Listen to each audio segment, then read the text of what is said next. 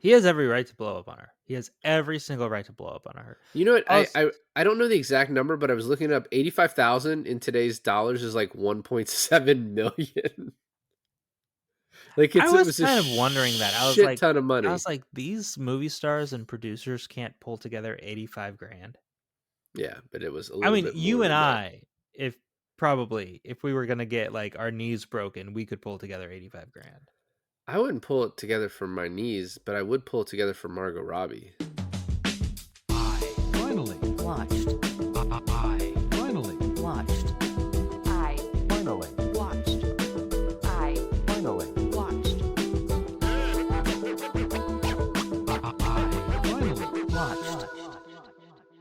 Hey everybody, and welcome to another episode of I Finally Watched. This is David.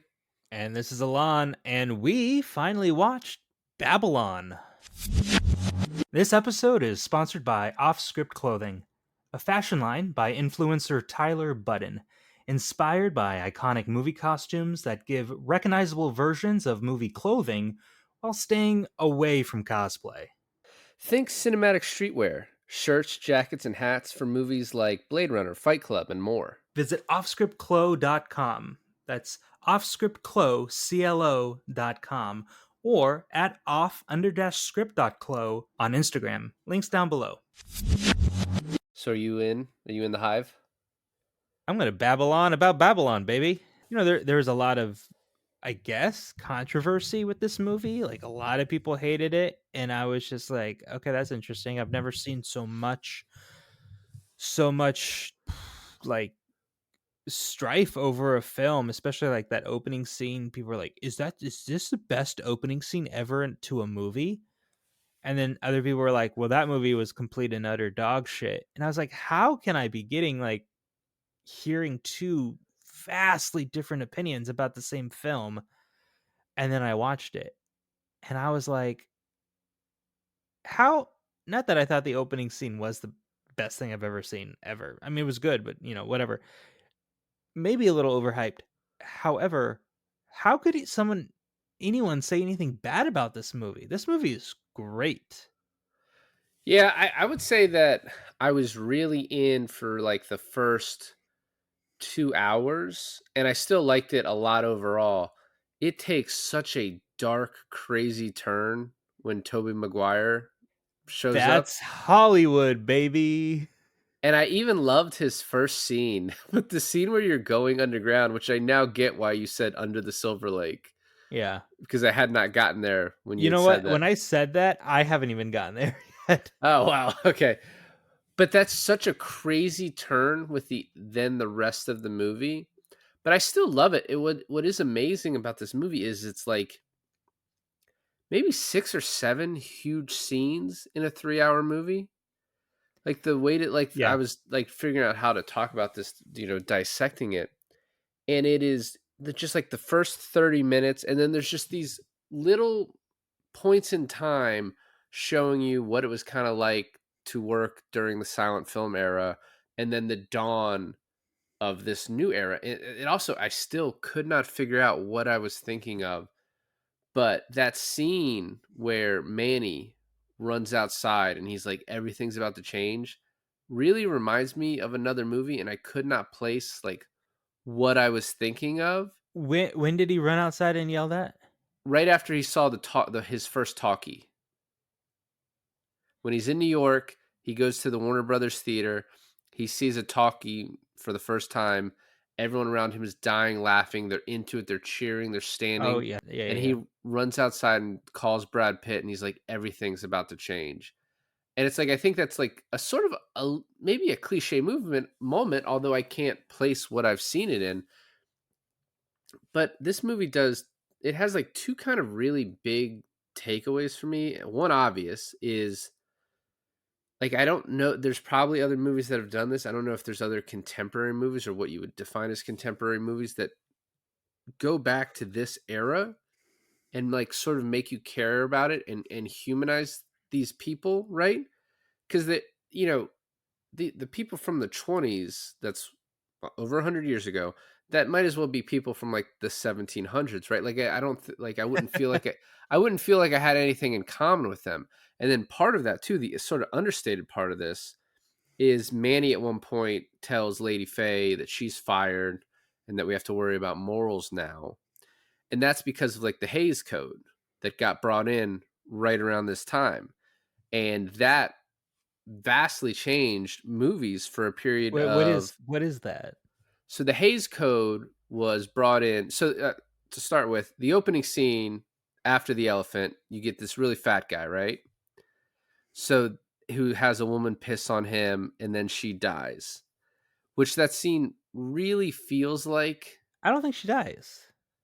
she does. She does for sure. They say, "Hey, she's dead," and then they carry her body out. Oh, Way to pay attention. But anyway, well, that because is they were like, oh, if we can get her to the hospital in time, then we can still save her. maybe. I just remember saying she was dead. It doesn't matter. So this is based on a very famous scene, a very famous like story about Fatty Arbuckle, and Okay. he was having sex with a much younger woman. Her name was Virginia Rapp, and her bladder erupted during sex. And then after that, her and her friend accused him of rape. He and this created like a moral panic.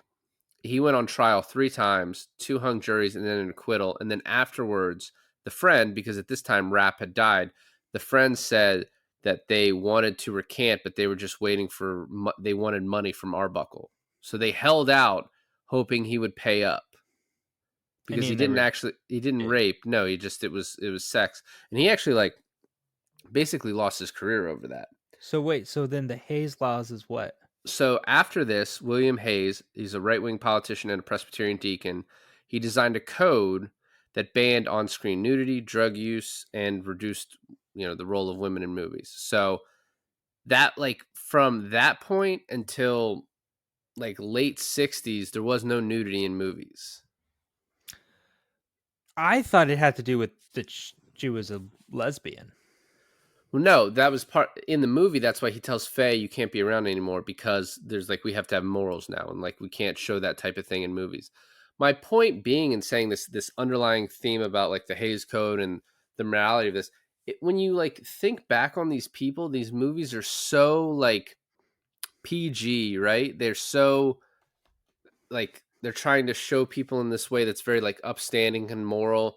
Like when they depict I Love Lucy, they sleep in different beds. So it's like sort of like my representation of how I thought about these people. So then having this movie where it's like, no, man, they love sex too. Like they were fucking crazed people in the Heading to silent era. since the dawn of time, man. Right, I know. But it is cool just to see that depicted and like sort of like set the record straight a little bit of like, yeah, that was the reason the movies were like that is because of, things like the Hays Code. Okay, well, thanks for the history lesson. That is interesting. I thought it was just because there was, there's the 20s and 30s and 40s, and you can't have lesbos running around. But yeah, uh, so which is, it was funny because of all the relationships, including Margot Robbie's character and Manny's. But like, oh my god, you're gonna have to remind me about Marlowe's character. Marlowe. Margot, Jesus Christ. Nellie Leroy. Nellie Leroy, thank you. It felt like Nellie and Faye had the most like sincere relationship.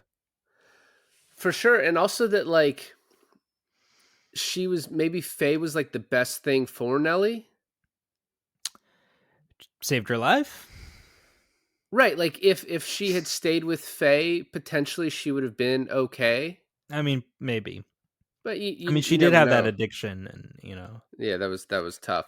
So this movie, setting it up a little bit, Damien Chazelle obviously before this did La La Land, and then right before this was First Man, and then before that was La La Land, and then Whiplash, which like this guy does not do happy endings. Like things don't end well. But Whiplash was pretty good. It didn't have a happy ending. It satisfying ending. I guess you could say that. So Bitter so bittersweet, I guess. Yeah, go ahead. Emma Stone, La La Land, nominated, won, I think, Best Actress in La La Land. She was offered this role, and she was actually going to play a real silent film star named Clara Bow, who was in like the movie Wings, a bunch of silent films. And then she was also known for being very open about her like sexual desires in that time. So she was a little bit scandalized. Well, when Margot came in, they sort of fictionalized that person. Right. If you go and look this up, all of these characters sort of based on like different people. I Uh, assume so. y- Definitely. yeah, and I guess the heirs of Clara Bow almost. So this is based on a book that talked about Clara Bow and her proclivities and how I think she was like it was she was alleged that she like fucked the entire USC football team, which that scene you have in there, and including one of the players on that team being John Wayne. Ah. So this movie is like sort of fictionalized, but really it's just the combination of a lot of different people. I think maybe the character that maybe doesn't exist is Manny, although it probably says in there somewhere that he does as well. Manny exists even in today's world. What do you mean? He's because like there's just I feel like there's always a Manny. I especially like when I worked out in LA, I felt like sometimes I was Manny. Like it's very like one shoe fits all like type of everyone asks you to do something guy. Like that scene, I never related more to a character. That scene where he had to like drive the fuck across town for that camera. And then obviously I would never steal an ambulance to get back, but you know, that's Hollywood. That's making movies. I felt really related to that moment for him. Well, also that he's just sitting. So, Manny Torres is based on director Rene Cardona, director Dudley Murphy, actor Ramon Navarro, cinematographer. If you go on the IMDb facts, which is where I steal a lot of my stuff, it has a list of all these characters and who they're sort of related to. Sure. I think we can sort of get started and things will be brought out as we Wait, so go. who's Brad Pitt? So Brad Pitt, Jack Conrad, John Gilbert, I believe, is the main one who was a huge star for MGM. The talkies came out and people realized his voice didn't really fit with his persona. There is a little bit of there's an alleged thing where John Gilbert got into it with one of the heads of MGM. And so the head of MGM had the bass removed in his voice to make him sound like that to ruin his career. Oh my god. But a lot of historians like debunk that, saying that wouldn't make any sense because he made so much money for MGM, they wouldn't want to do that. But I guess the scene of him going into the theater and people laughing at his voice is like real. Did he sound fine to you? He sounded wooden. And what I think is great, like, so a lot of people pointed out how great Margot Robbie is in this movie, and she's fucking fantastic. And She is but fantastic. she has the most to do. Brad Pitt is doing something very difficult, playing sort of bad acting, but I would passable. say, well, exactly. I would say he's doing even harder than being a bad actor. He's being a mediocre actor. Correct. It is actually astounding what he is doing, because then when he It is his is. normal self, he's like so like engaging, amazing. He's obviously like it's like a perfect Brad Pitt role, Yeah. but It's night. the acting portion of it is so good. It is night and day where you have him rehearsing his lines with his new wife, right?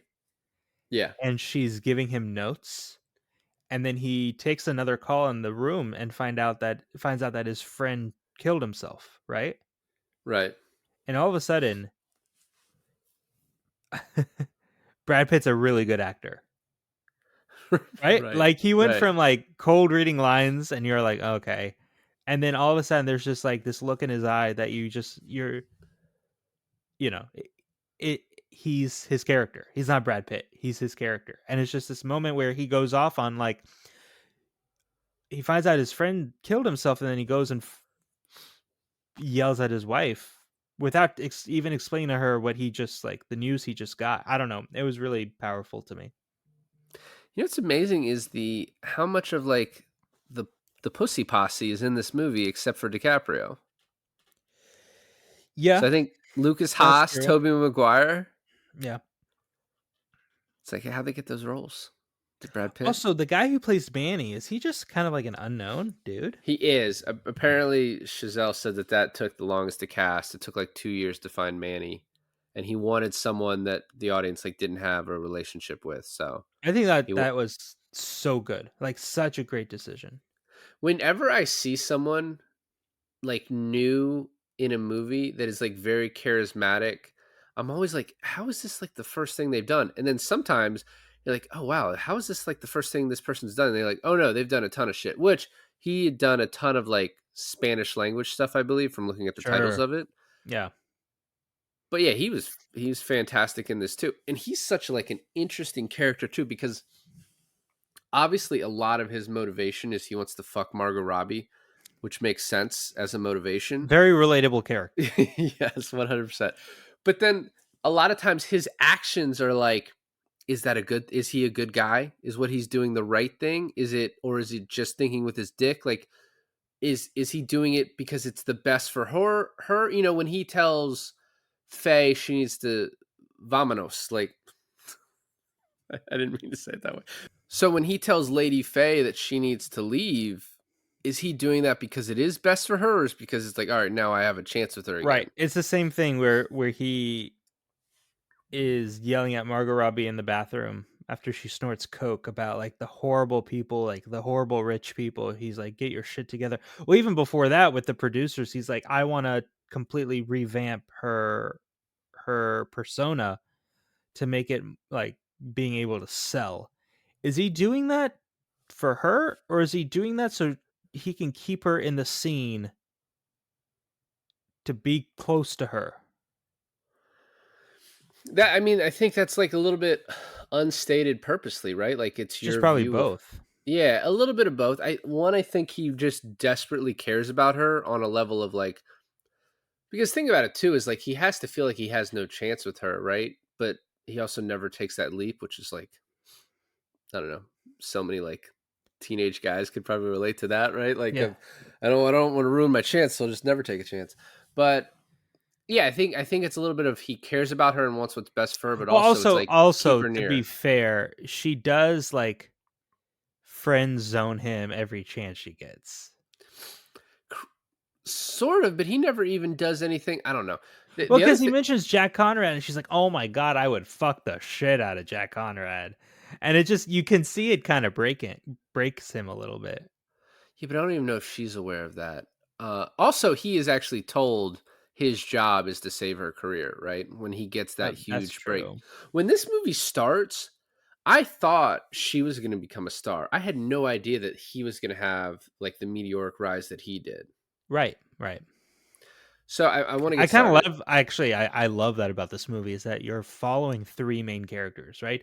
Margot Robbie, Brad Pitt, and Manny, and two of their careers are being skyrocketed as Brad Pitt's career slowly falls.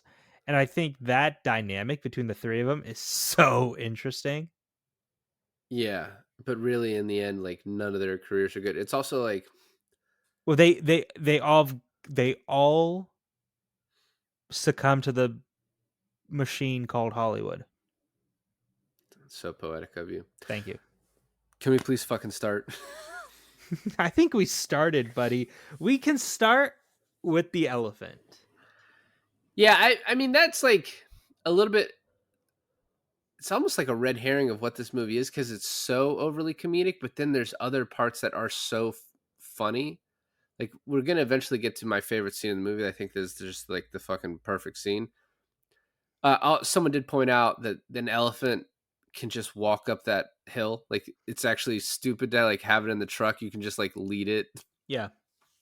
Uh, but The then way it just completely shits on that guy as he's just staring at Manny, like crying. yeah, not great. This opening, like the boops per minute in this opening 30 minutes it's so high, unlike anything I've ever seen Yeah, I mean, outside of adult movies. it really wants you to understand that these people are from sin. I was reading something that like, so obviously like women didn't have fake breasts in the 20s. Right. So the casting director had to find women with naturally bigger but not fake breasts for this.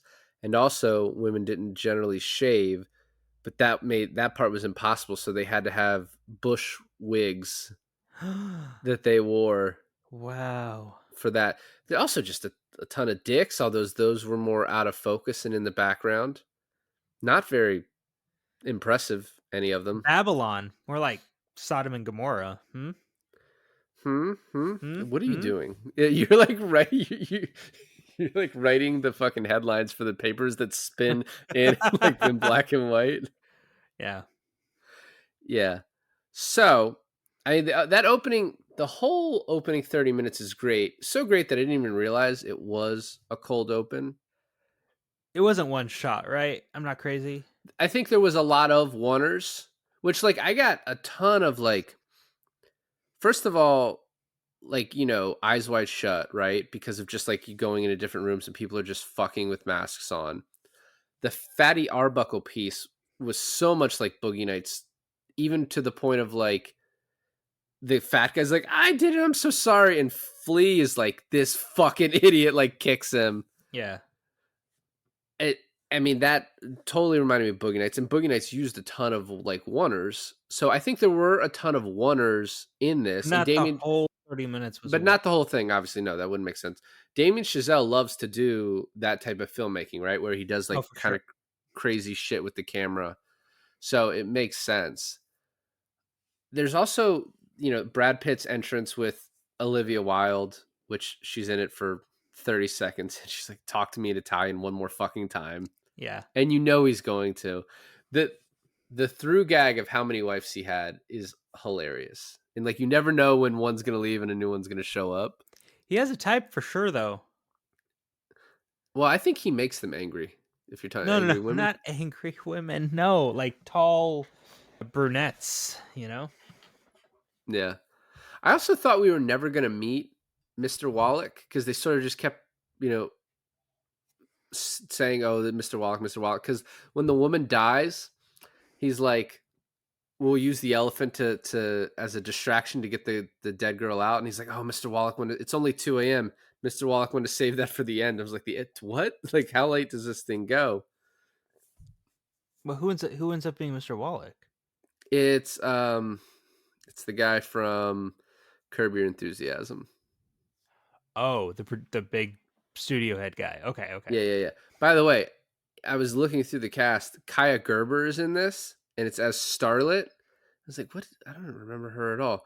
She like gloms on to Brad Pitt as he walks into the party. Just like a little Oh, tiny thing, her. Yeah. which I guess like she wasn't big as she was back then. Also, Rory Scovel as the Count. So that character is apparently a real guy who's like name unknown, would just sell drugs and shit to people, and as part of his thing would give people like a free taste and be like, the first one's free, and then come back to me. I was trying to explain his character to Taylor because she was like, "What's happening with the Tobey Maguire stuff?" And I was trying to explain to her about the Count, and she was like, "That can't be a real thing that happened." And I'm like, "Yes, it can." So Jeff Garlin, by the way, is Don Wallach. I couldn't think of his name. Also Max Minghella, who like the last thing I've really seen him in, Social Network, 15 years ago. Yep. I'm glad I'm seeing him again. Yep. Then Lady Faye comes in with the song, is great. And then right afterwards, Brad Pitt goes up to her and he's like, she's like, can you go talk to George? You do not have to fuck him. But just please go like make him feel better. The way that like time progresses through this movie, I think, is also a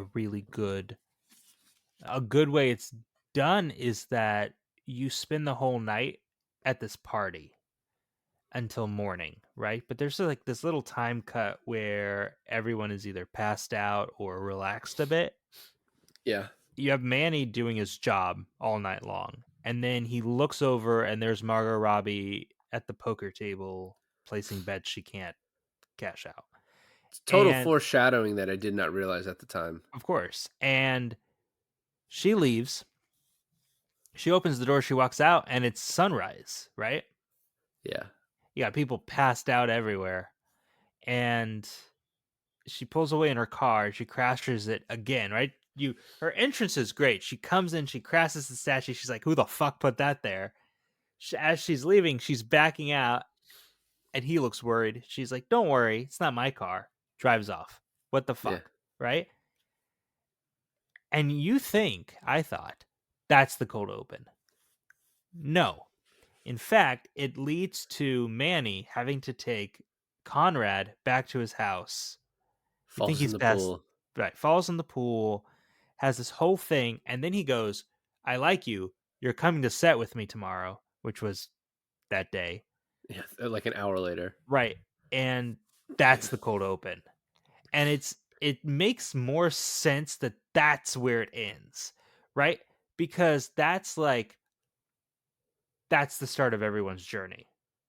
You know what the opening party felt like too? It felt like a more debaucherous Baz Luhrmann movie, like Gatsby. Oh yeah, definitely like Gatsby, definitely like a scene from Elvis or something. Yeah, Moulin Rouge even. Oh, And definitely Moulin Moulin Rouge was Rouge. about whores, and this movie had way more sex in it, like more nudity in it. And also, uh, I love the end when Margot's like, first of all, she takes over the dance floor. She's like having that conversation with Manny about film, and then at the end, she's like, "If all those cunts in Lafayette could see me now," and Manny just in Spanish, "I think I'm in love with you," and like really sets up like what the movie's going to be, right? Like that she well, is also this like, she's like, he's like, "You're not a star yet." She's like, "Yeah, you either are a star or you're not a star, and I'm a star." And you kind of see that she's right, right? It's like you either have it or you don't,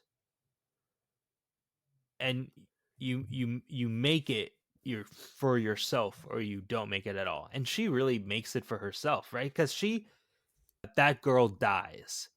She gets replaced on set by the girl who ODs, right, with the fat guy. She gets on set, and then the only reason that Manny's on set is because of Brad Pitt.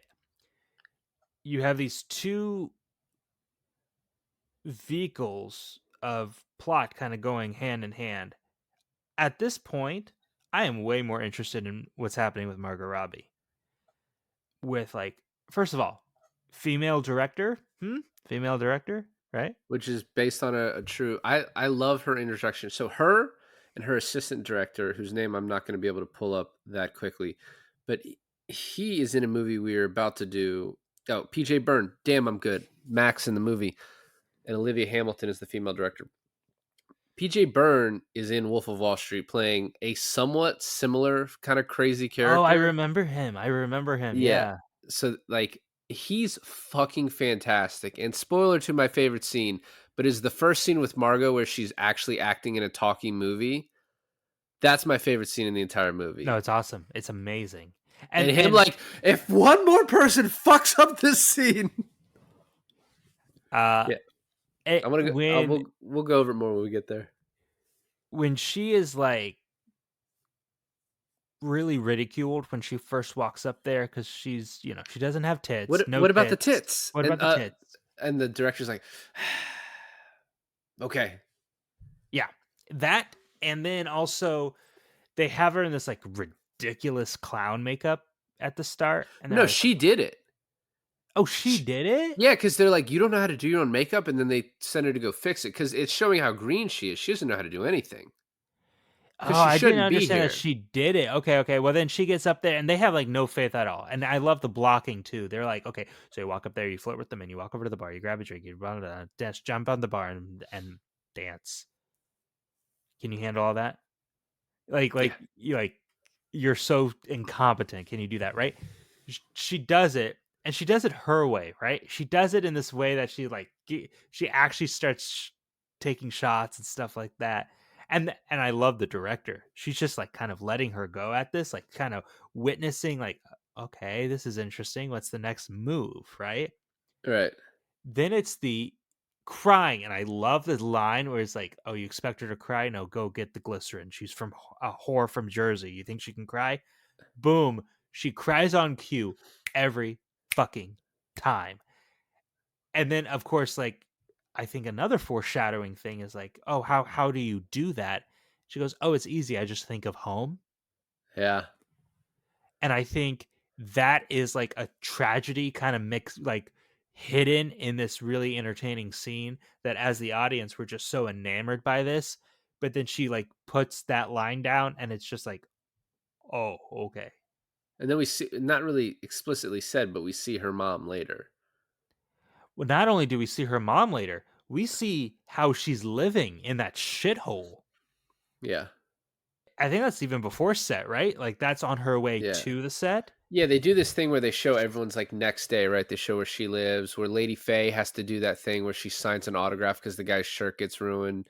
And then Palmer, the black musician, just like goes back to his sort of normal, quiet life, right? And they're all trying to make it, those three characters, and they all are, to varying degrees. Well, that's But true too. I forgot about Sidney Palmer because the interesting thing about Sidney Palmer is he's almost as much of a main character as everyone else, but he's not introduced the same way. He's like a B character, but he's like the star of the B plot in a way.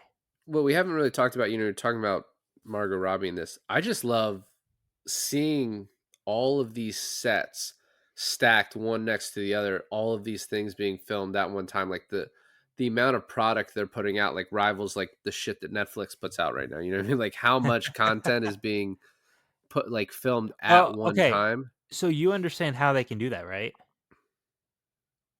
What do you mean? Because first of all, it's all in the middle of like a desert, right? Yeah, The way that they can pull that off, and the reason that we can't pull that off today, is because there's no overlapping sound bites. right. They can literally be as loud as they want in the next scene over, and it doesn't fucking matter. It's interesting that they're playing the music that there is not going to be played. It's like showing you what it's supposed to sound like, I guess, for the actors, but like, I did find that interesting too, yeah. yeah. So, uh, Also, how can they record music but not think of, oh, we should just do the same thing for voices? I don't know. There's no way for you to ask them. I love the female director. Man 3, I can see your erection. And then is the assistant. Just tuck it, tuck your penis. Also, Brad Pitt, frankly, Scarlett, you're a cunt. Yeah, that's great. Hasta la vista, motherfucker. Yeah, the whole beginning, and you already talked about it. We got the Manny going to get the film and just sitting there all day, and the one guy like, this guy wants to know if a 2308 and a 2309 are different. It's like kind of like the sloths from Zootopia. Like, just Yeah, these guys just are a not bit. there to help you at all. Just a bit, and then he walks in. You know what's so funny? It's like it doesn't really fucking matter if they wanted an '08 or an '09 because only one would have been available at the time in the manner of him getting there in time, right? Do you know who Von Cheeseburger was, the director?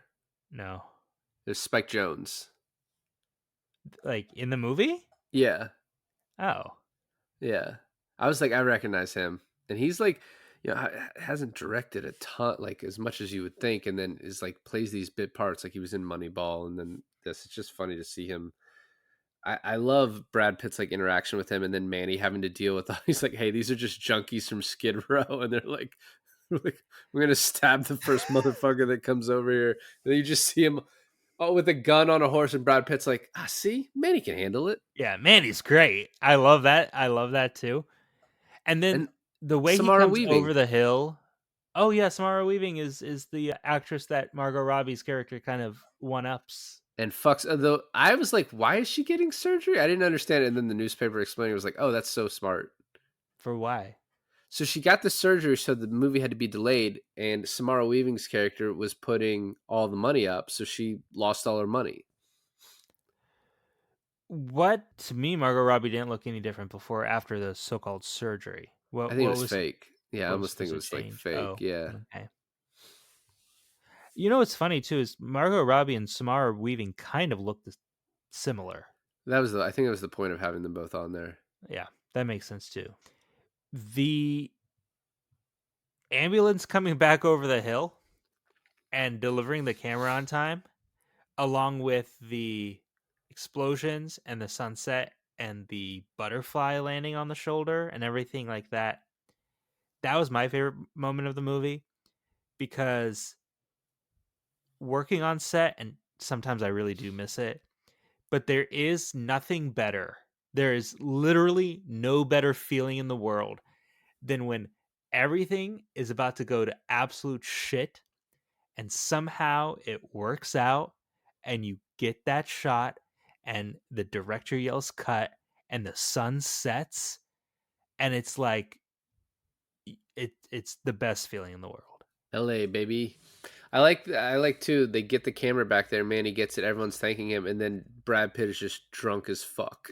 Then they have to like push him up the hill to get the final shot. He does it. He does it. Also, so then we finally meet Don Wallach, and he's being interviewed by someone. He's like, "Yeah, we're really excited about this new actress Nellie Leroy. Which one is she? She's the one fucking the ice sculpture." Oh, but I mean, her career is pretty much like she gives that awesome tear-jerking scene, and her career is pretty much made from there. And that was like the first hour of the movie. Those two huge scenes.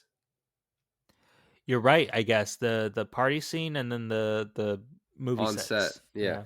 So then we go to it's 1927. We get Brad Pitt's with a new What wife. year did the movie start out at? It's like mid-20s. I don't know. I wasn't paying attention to that part of it. I just once after that it started. I loved the on-set day, the different demarcations of time, showing you how long the day was, like how long Manny was sitting at the office. Oh yeah, for sure. Yeah, that part was awesome. And like made it sort of was reminiscent of a silent movie, like telling you how things are going. So 1927. he goes, Olga shoots at Brad Pitt, like hits him, I think. Yeah. And then he sends Manny to New York. He runs into Margot. Oh, you're a star now. And she's like, I told you I always was. And this is when she says, I would fuck Conrad. Goes to the sanatorium. And then we get this like monologue about how like she's always doubted. She just wants to prove these fuckers wrong. And that's like her whole goal. And then, yeah, he sees the movie and he's like, oh shit, everything's going to change. And he actually goes to the movie theater and is not even paying attention to the movie because he's still so much thinking about Margot Robbie until like the reactions from everyone around him. He can't even help it. He's like, oh, what the fuck? And then he like watches and he's like, oh shit. Like this is going to change. And then 1928 hits, my favorite fucking scene. Like if I had to choose one scene to watch over and over again, it's this where she films her first talkie scene and nothing is working. The thing that makes this scene so fucking great is they are losing their fucking minds, like threatening to kill each other. The cameraman dies from the heat. Yeah. And they got it on the 8th take. And they lost their fucking shit because it took 8 takes. I mean, he will do that to you. He will make you insane. Oh yeah, we can't have the AC on because it makes noise. And then he's like, "What's that noise? Do you have a fucking metal bar in your leg? Yeah, just don't move your leg." Yeah, or like a watch. Like people were supposed to leave watches at the door. I love out of that scene when everyone is like opening the door, but the red light is on, and they're like, "Oh fuck, open that door!" Right? And then it ends up being the producer, being the studio head. Oh yeah, sorry. Yeah, PJ Byrne, the assistant director, is so fucking funny in this scene, and like make him and Olivia Hamilton, the director, like make this scene so amazing. I did find it funny too. They're like worried about all this noise, but if Margot doesn't stand in the exact right spot, it doesn't pick her up. But then if she talks too loud, it picks her up too much. Like it is like how crazy that was. I cringed every time she dropped her suitcase. Because it'd make it spike? Yeah. Yeah. But she had to. She was told to. Also, they're like, yeah, you can't speak too loud. She's like, what? What the fuck? You're like, oh, you can't change your pitch. You just have to say everything like monotone. You see her really sweating, literally sweating, about her monologue. I think what's so interesting about this era of film is that the writing was bad. Did you notice that? Like they would give her huge chunks of exposition and monologue to like say into a phone, and it was bad exposition and just Right. bad writing because they weren't used to at the time, like movie writers weren't used to writing good dialogue. It also made it feel like Lady Faye, you know, when she does the writing for the movie, that she was doing it. That it was what she was deciding what to put in there almost. No, she was told. It like but I don't know, it seemed like she was making some like artistic license. Maybe you had to fit like a certain frame or something. Yeah. I did find it funny, like, now if I want to edit some wording in a video and I can just like pop into Premiere, type in my computer and throw it in. But you'd actually have to shoot a board with the words on it like you would have to shoot an actor. Right. But then you see her sweating over her lines and you think that's going to be a problem, right? Because there's this buildup where she's not standing in the right spot. The cameraman's about to pass out. It's too hot in there. The noises all happen. And then she goes back and she's really worried that she's not going to say her lines correctly. That's the only thing that goes right that whole day. Right. And she's actually like a good actor. Like if you really want to break it down, and I know it showed this in her like crying scene, she's actually her character's a better actor than Brad Pitt is. It just felt like people didn't like her voice. That kind of became the thing, right? And if you watch older movies, a lot of them they speak all the same, I guess. Well, it's that I think they're searching for that transatlantic accent. Yeah, And she exactly. was coming in with this like Harley Quinn Jersey accent. And then I think Margot Robbie is amazing because she has this very elegant Australian accent, right? Right. And the way that she is portraying to have this at that fancy party where she's supposed to be impressing everyone, the way she has this kind of like this fake French accent going Right. on, it's such good control from her. I completely forgot that her natural born accent is Australian. Did you feel like at that party that the one dark-haired lady was seeing through Margot Robbie's bullshit, or that they Oh, were all like too dumb to no, buy it? that dark-haired lady wanted to break Margot Robbie. But it also was like I thought the point would be that those people were all too like stupid and into themselves to notice that someone was like putting on an act. I felt like they all knew. I don't know. I also like when they're like, "Oh, Nelly, do you know any good jokes?" And she's like, "Oh yeah, I know a good joke." And everyone's like, "No, no, no, no, no." Please don't. So right after the scene we were just talking about, Nellie hears them talking shit about her and that Wallach wants to follow her, like dump her because of all the extra footage. I was like, it was 8 scenes, eight takes, guys. What are we doing here? So then she gets pissed at her dad right after this and like, who wants to see my dad fight a snake? And Brad Pitt's just like, fuck yeah, like let's do it. What I kind of love about that, her dad, is that that he is exactly the type of like Mm-hmm. family turn manager, like that's gonna steal your money in the end, right? Exactly. But he plays it in a different way. It's not so stereotypical, but he plays it in a way where you're kind of wondering, hey, whoa, Nelly, can she not see through that? But I think she does, and that's the problem, right? She sees that in her dad, but she really, really, really doesn't want it to be true. Well, because she needs her dad, right? It's like the last person she has. It's Well, like is it that she needs her dad, or she thinks that her dad needs her? I think she doesn't want to believe her dad sucks that much. I think it's that too. Yeah. So the snake scene is fucking crazy. Bites her in the neck. Amazing. Everyone runs but Brad Pitt. Brad Pitt just sort of stands there. Amazing, he says. He's like, And then Manny gets knocked. I had to rewind. I was like, what knocked out Manny? It was the snake's tail, which doesn't make a whole lot of sense, but whatever, those things are heavy with the rattle? Oh, yeah. I guess. Then Lady Faye comes in, saves her. And then Who gets hit by a car? Does Jack Conrad get hit by a car? I think so. So great. Yeah. And then we finally get the kiss. The succulent kiss. The way she drinks the alcohol, spits it out, pours it on her, sucks the poison, spits it out, like all that is just This is not her amazing. first rodeo. She's done. Well, She's done this before. I was like, I think in a real life situation, Margot Robbie would have been dead. Snake was in there for quite a while. And it's a rattle. It's a rattler. So, Yeah, I've heard those are bad. real quick before we move on, did you hear about like those Instagram stories or the reels that are like the guy that goes out to the Everglades and searches for like the 20-foot python? No. All right, there's a guy who goes out into the Everglades and he's searching for a 20-foot Burmese python, You don't and say. it's like the holy grail. But he finds a lot of these other little creatures like alligators and frogs and chameleons. He finds all these other things out there, and he records it and he puts it on Instagram. And I've even talked about it with my friend Marino, and we're like, oh, we should do that. Like, kind of kidding. It's like, what do we know? Apparently, these two girls see his video, and they're like, oh, we should do that with absolutely no research, nothing whatsoever, no experience. They record this. They go out to the Everglades. The first snake that they find, they go, oh, that's a python.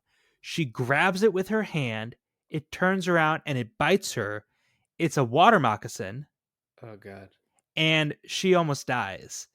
And I was just like, how, like, what goes through your brain to do something like that with absolutely no research about like, hey, we're going to look for a specific snake, but never mind the fact that we're not going to look up what we're actually looking for.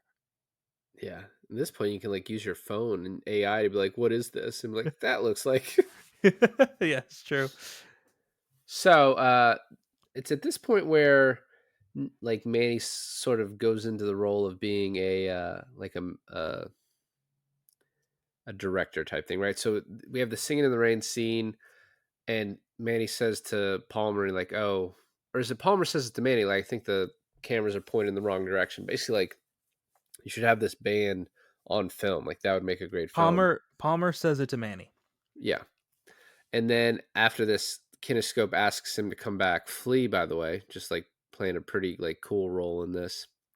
And he says, you can tell Manny's going to say no, but then he hears about Nellie and he's like, oh, I have to. And then he has this whole plan for Nellie. He's like giving it to the board and he sees Nellie out there.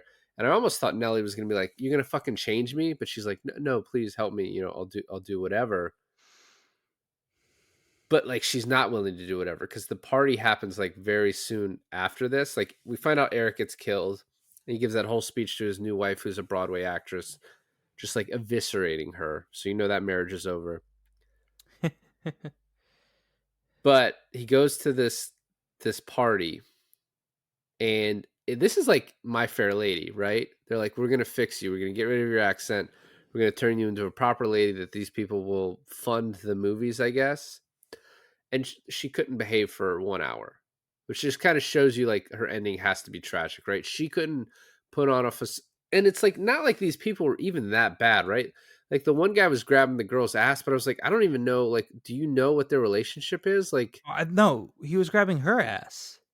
was he grabbing Margot's? I am now you're making me question it, but I'm 99% sure it was grabbing her ass. Okay, well then, yeah, obviously that's inappropriate. I thought he was grabbing his dates. But anyway. But then, like, yeah, you're right. Like, how does she know that's not okay? Well, if it was hers, that's how she knows it's not okay. But no, also, of course, yeah, but that's what I mean. But besides that part of it, she could not put on a facade for an hour to like, and she, you know, a scene earlier was like, I'll do whatever it takes. And it's like, no, you clearly, you can't. I mean, they were assholes, and it is hard, and I don't know why. Like, who put that mistress up her, like, you know, the older woman who was kind of her caretaker. Right. Yeah, Eleanor, thank you. Yeah, so who made Eleanor in charge of her? I think Manny did. Now, I want to talk about Sidney Palmer, because if anyone deserved to blow up, it was him. They were like, oh, this Negro movement is really cool, don't you think? And he's just like, yep. Like, I love they were like a step away from me. Like, I love black people. yeah, I think they're great. Yeah. My best friend knows a black guy. That's what Yeah. I felt like they were about to say, you know? So when she runs out and then runs back in, and the guy's like, it looks like the guy's about to hit her, and he just, like after she throws up on the rug, and then she throws up on him. That's my rug, which I love that because you heard the conversation they were having about how like rare Yeah, that rug was. Yeah. but that was great. I guess it was all like the fish she was eating, or like the pate or whatever was Oh, on was that the. why? I Yeah, wondered why. and then after this, Pitt goes to the theater, and everyone laughs at him. And then it cuts to 1932. His last two movies have bombed, and he has the scene with Eleanor where he's like, "I will, I will become good at the talkies," and she's like, "Okay." And then the scene where he's trying to call Max Minghella to talk to him, and like every time secretary's like, "Oh, he's not here. Oh, it'll have to be at this time, at this time," and then he's like, "All right, well, I'm coming down there." He's like, "Nope, I'm coming down there." He Yeah. like breaks into his office. And then, oh yeah, Eleanor has the article, and this is when he goes to her. She's like, "Your time has run out. There's no why. It's over." And he calls her a cockroach, and she's like, "Yeah." And because of that, I survived. She's like, "Because neither of us are special, but you're out in the light, and I hide, and that's why I will make it longer." She's like, "But you'll be in films, so like, Well, you'll live you on." were in film, so you'll live on through that. And I think like I don't know how you feel about that. Like, how did you feel about that conversation she had with him? Because I thought that it's She was a little almost mean. sure, but also like I would rather have that conversation than someone just stringing me along for the next couple of years. Well, that's what the guy from MGM was doing, right? He was not returning his calls because he didn't want to have the hard conversation with him. And then later, there's a scene where he's like, "Hey, we want you to do this movie," and he's like, "Hey, it's a piece of shit, and I'd be saving you, right?" And he's like, "No, no, no." He's like, "Hey, man, I'm gonna do it. I just want some honesty. It's a piece of shit." He's like, Yeah, "Yeah, I'd be saving you." Yeah. yeah. He's like, "Okay." In between this, we get the Nelly gambling debts, and he fucking blows up on her, and she's just like, "Don't be mean to me. You're my only friend." He has every right to blow up on her. He has every single right to blow up on her. You know what? Also, I don't know the exact number, but I was looking it up. 85,000 in today's dollars is like 1.7 million. Like I it was was a kind of wondering that. shit ton of I money. was like, these movie stars and producers can't pull together 85 grand. Yeah, but it was a I little mean, bit more you and than that. I, if we were gonna get like our knees broken, we could pull together 85 grand. I wouldn't pull it together for my knees, but I would pull it together for Margot Robbie. What did they threaten her with? Like acid on her vagina?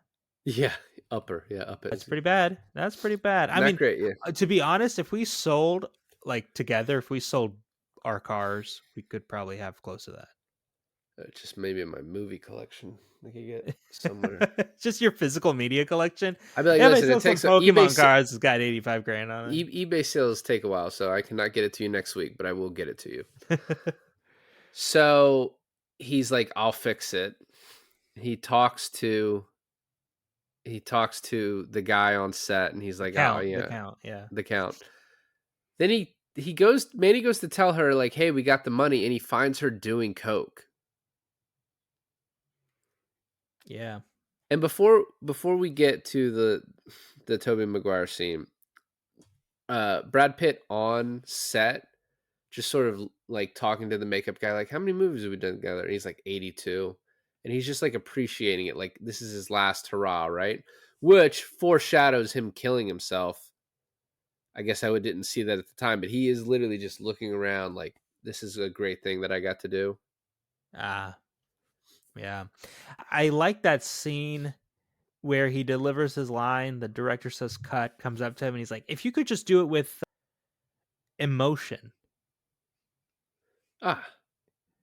Well, in that one, though, he says it to the one guy, and then he says to Brad Pitt, he's like, "Can you do it again?" He's like, "Yeah, sure." Because he's like, almost like, "I can't get anything extra out of you." Ah, yeah. Yeah.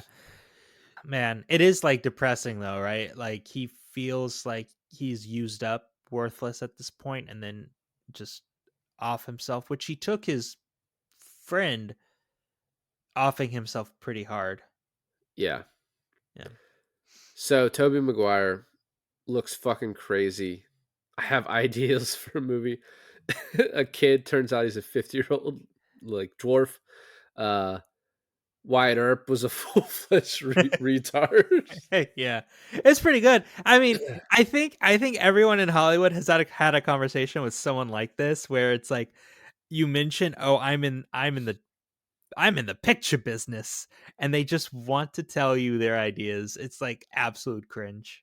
That first movie idea was not bad, especially in the 20s. That was like a good idea. Yeah, but isn't that the plot to like The Orphan? The Orphan didn't. Are you talking about the one that came out in like the 2000s? Yeah. Well, this movie takes place in 1930. It was a great idea back then. Brad Pitt was writing lines like "Hasta la vista, motherfucker." He was a little anachronistic, or James Cameron stole it from this guy. Who knows, you know? Oh, yeah. So then he's like, hey, I want to take you to this party. And he doesn't take no for an answer. And he's like, this is the asshole of LA. This scene is totally different than everything else in the movie. Before we get there, you have to mention Manny's reaction to figuring out that the Count, because there's this whole back and forth, right? Where they're like, "Oh man, I owe you so much." He's like, "You don't owe me anything. What are you talking about?" He's like, "You pull the money together. I owe you like so much. I owe you so much money." He's like, how did you get so much money together?" There's like play on words where it's like, "Oh, it's the movie money." It's like, "Oh, the money you made from the movie." It's like, "No, I know a guy that's in the movies and he's a prop guy." And he's like, "Oh, the money that he makes from the movies? Like, I don't even make that much." And he's The like, money he "No, makes for the for movies. the movies."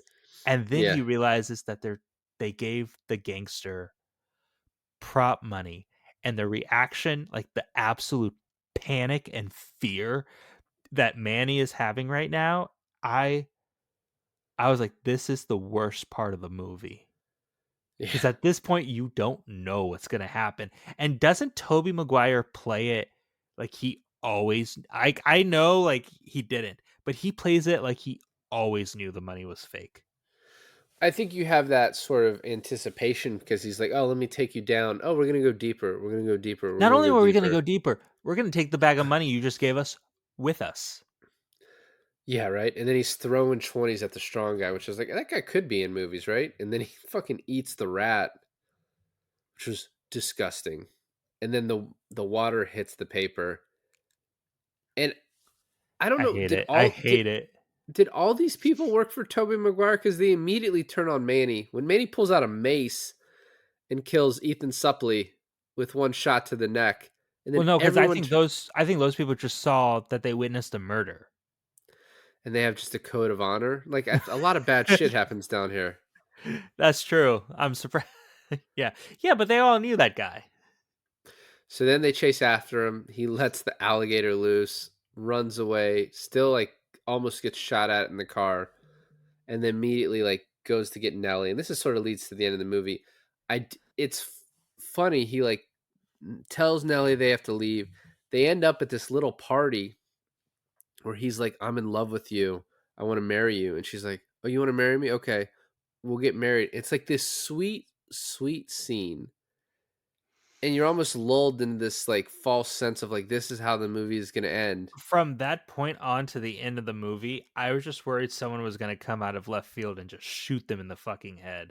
Well, it sort of did happen, but he stops to get the count. She just like starts dancing and walks off because she just is like, I'm not good for you. I'm not going She's to also change. high. Yeah. I was like, is she going to get picked up and taken? So then the shooting in the count's apartment, and the guy's going to shoot Manny, and Manny pisses himself, and he's like, all right, leave LA. I can't. I guess he has a code of like, I can't kill a guy that's pissed himself. It actually kind of implies that that is what happened to Margot's character, Nellie Leroy, because when that newspaper article comes out that she was found dead, right? Yeah. You could even imagine that like maybe she was found dead in one of those tunnels or something. I paused it to read it, and it says she was found in her apartment and there was no signs of foul play. She like Oh, OD'd she or OD'd something. or something? Yeah, Okay. Okay. Which is why did she get off scot free? She's the one that owed the money initially. So that like I Oh, don't even wait, you're telling me understand. that she just danced back to her apartment and then lived for another how many years ago? How many years passes at that point? Like 3, 4? Yeah, yeah, I don't I know. mean, Manny has a like a full-grown 8-year-old, so maybe even more than that, but I don't know. So after this, I think if the movie ends right there, I I don't know, even with that like such a crazy tonal shift, but then it kind of keeps going for another 20 minutes. There's a montage while Palmer plays of what happens to all these people, which by the way, Palmer at one point is forced to wear somehow as a black man the most racist blackface in this movie. Yeah. And then he immediately quits and is like, oh, you can't leave your car there. He's like, I'm not coming back for it. Fuck it. But they have him play as we get like these newspaper clippings and find out what's happens to people. And then it springs forward to 1952. So, in 1952, Manny comes back to LA with a family, like a full whole family that I guess he got in Mexico, right? New York. Oh, that's right. He went to New York and then but here's the thing that gets me. He goes back. That guy told him to never come back. So I'm guessing there's a scene that we have maybe that there's a newspaper article like Tobey Maguire's character died or something. Or he's just like, it's been so long. Like, they're not going to remember me. I still feared for him. I still thought like fucking Tobey Maguire was going to come out of the shadows and pop him from the back of the movie theater that he was in. I found it funny that he had this like little conversation with the security guy at the movie lot.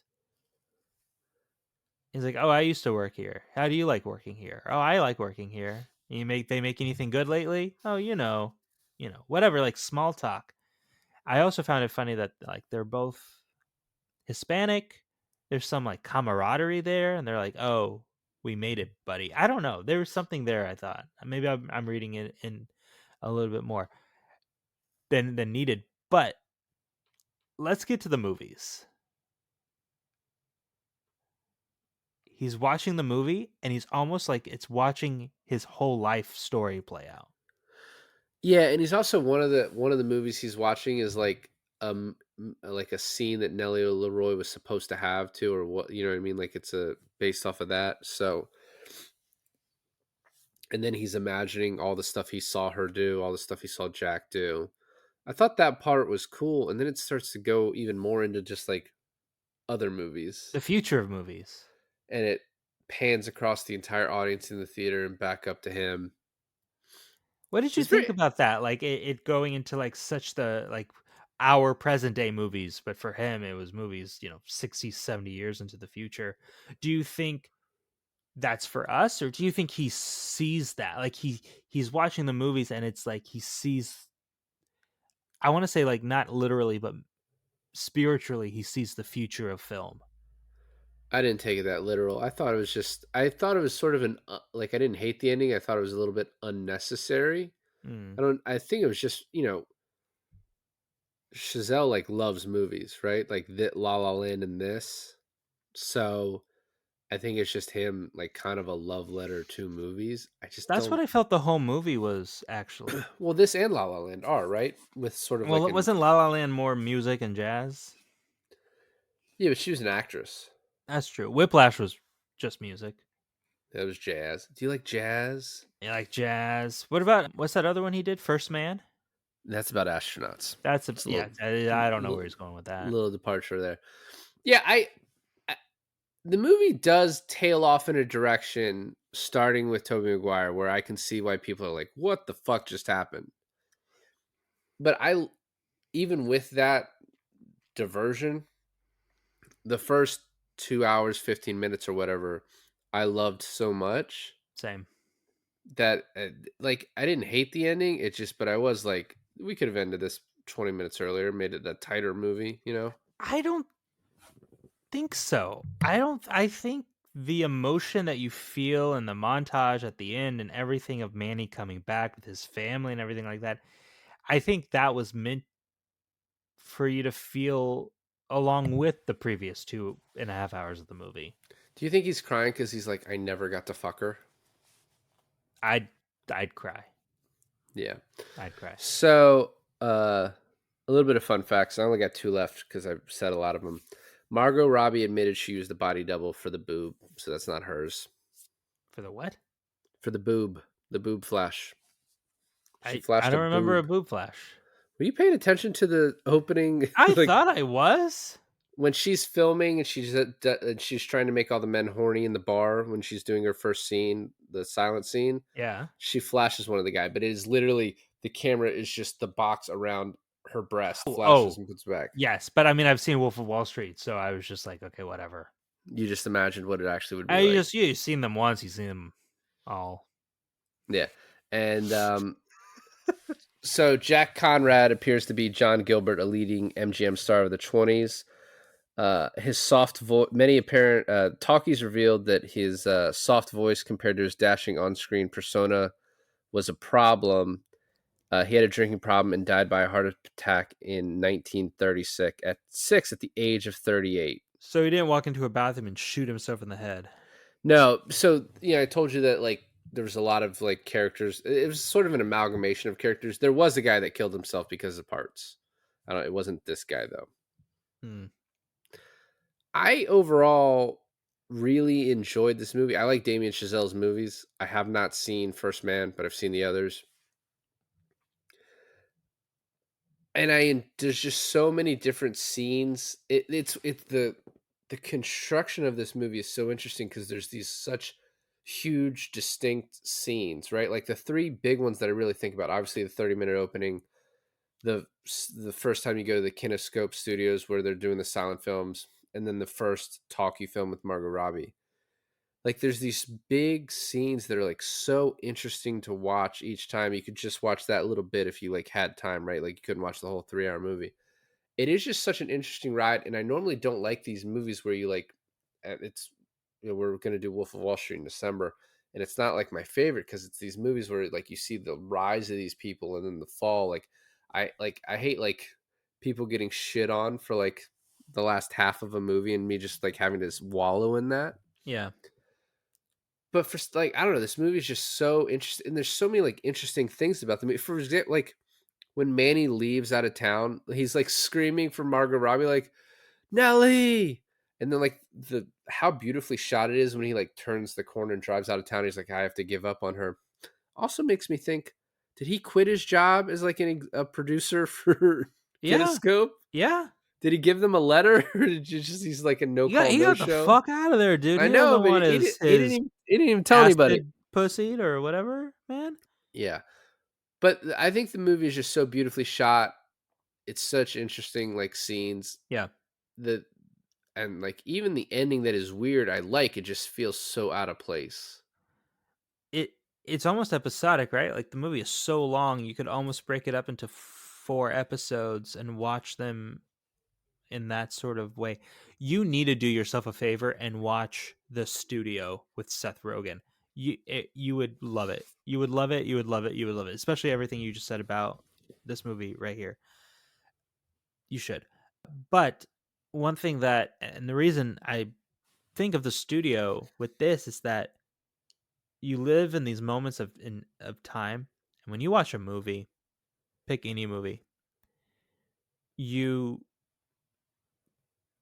get, especially like this movie is almost like a biography, like a biopic, Right. where you're following the lives of these people from the start of their career to the end. You don't get their whole childhood, but you don't really need that. But with any other movie, especially any other of Chavelle's movies, you move through the movie almost in like I think Whiplash is just like you kind of move through in day by day for like maybe a month or so or like that, right? Right. This you're going from this whole time period and living, years with these people. But the movie is like it almost plays in real time with each scene. Yeah. And I think that's so interesting. Right. Yeah. And you were in the moment. It doesn't like feel like you're fast forwarding or No, cutting to the best you're parts. living in the moment next to these characters. And then the next thing you know, you flash forward for 5 years, but you've but each individual scene is you're living it in real time. And I think that is like a feeling that most movies don't give you. Well, that's what I said. Like, you're humanizing these people that lived like 100 years ago, right? That don't even feel like we're the same species because it's just completely different lives. But then you watch this and you're like, not really, right? The same, like, Manny is such a relatable character. Yeah. So, Drugs, sex, and booze, we can all relate. thanks for listening to another episode of I Finally Watched. This is David. And this is Alon. And we finally watched fucking Babylon.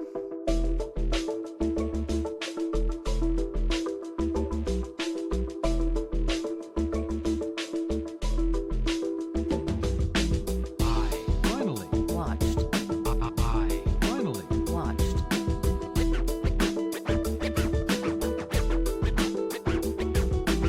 Finally. watched. I Finally. watched. I finally. Watched.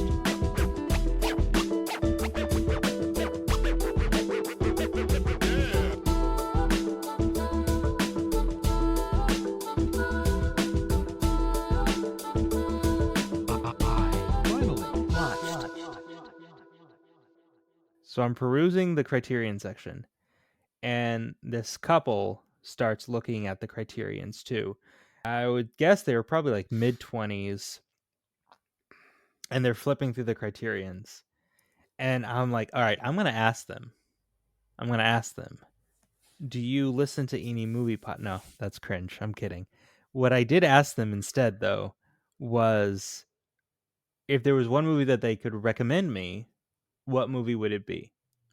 So the girl looked up like immediately when I was like, "Oh, can I ask you guys a question?" The guy like slow rolled me. He like looked up real slowly, like, "You talking to my girl?" And then my question came out of my mouth, and everyone like relaxed, like super easy. And so he recommended me. The Frank Capra movie. No, he recommended me a trilogy called Teen Apocalypse. Oh, okay. Yeah. And it's actually a Criterion No, I know. thing. It's Iraqi or whatever. Yeah. And she recommended me Hedwig and the Angry Inch. And you bought neither? I didn't buy any of them, but I thought it was interesting. I was like, oh, yeah. And they go, oh, so do you recommend us something? And of course, I went to like my, Jon Favreau, Vince Vaughn, Swingers, 1996. To which they both watched it and they both loved it and they've seen it. And I was like, all right, well, something you haven't seen. I was like, have you ever seen Inside Llewyn Davis? And neither have seen Inside Llewyn Davis. I was like, oh, it's great. It's Coen Brothers. It's Oscar Isaac. It's awesome. And I was like, oh, in fact, Criterion has it here. And I hand it to them. And they're like, oh, yeah, that's awesome. We'll check it out.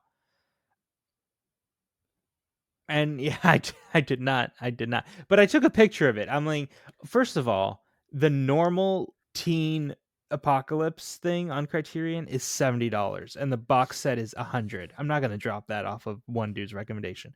And the other thing is that they didn't even have Hedwig and the Angry Inch, so I couldn't even do that. So it didn't matter. Well, it's 50, right? The box set's 50. I'm not gonna drop. No. Hedwig and the Angry Inch is also a play. I know that. But anyways, yeah, I just got up the courage to ask random strangers about movies. I felt pretty good about it. I said something to a random stranger at the last Criterion sale, and he just Really? Okay, go ahead. he looked at me and then looked away. What'd you say? I was like, ah, damn! Like, I was like, the two movies I wanted, the fucking discs are loose. And he looked at me, and just like, I just would have been like, ah, that sucks, something, whatever, and just looked away.